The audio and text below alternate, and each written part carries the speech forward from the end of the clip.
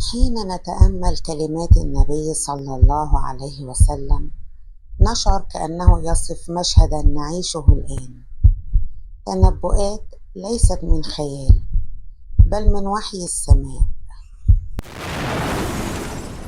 قال صلى الله عليه وسلم: لا تقوم الساعة حتى يكثر الهرج. قيل: وما الهرج؟ قال: القتل القتل. انظر حولك، دماء تسيل، مدن تحرق، صرخات الأبرياء، كأن الحديث يتردد في أخبار اليوم.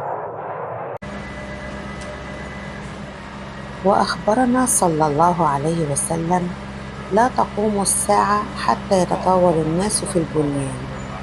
واليوم سباق محموم، ناطحات سحاب تعانق السماء، كل برج أعلى من الآخر، وكأن البشرية نسيت إن القبر لا يحتاج إلا مترين.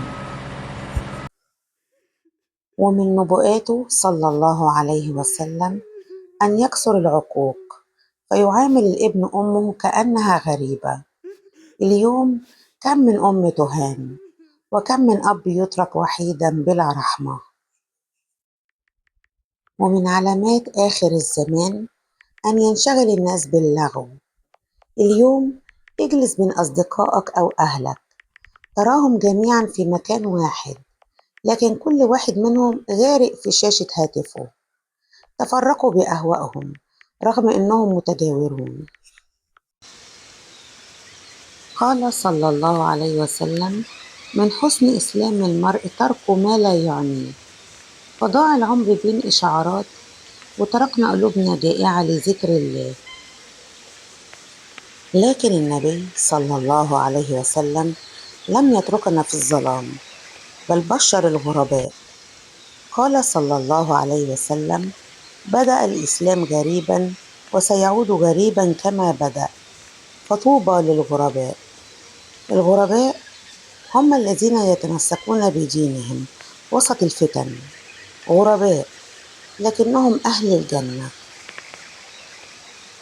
هذه النبوءات ليست قصصا للتسلية، إنها تحذير وإشارة وبشارة.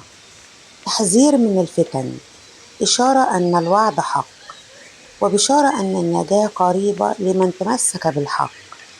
فهل ستكون من الغرباء الذين وعدهم النبي صلى الله عليه وسلم بالجنة؟ إذا لمست هذه النبوءات قلبك، شارك الحلقة مع من تحب، لعلها تكون نورا له في زمن الفتن.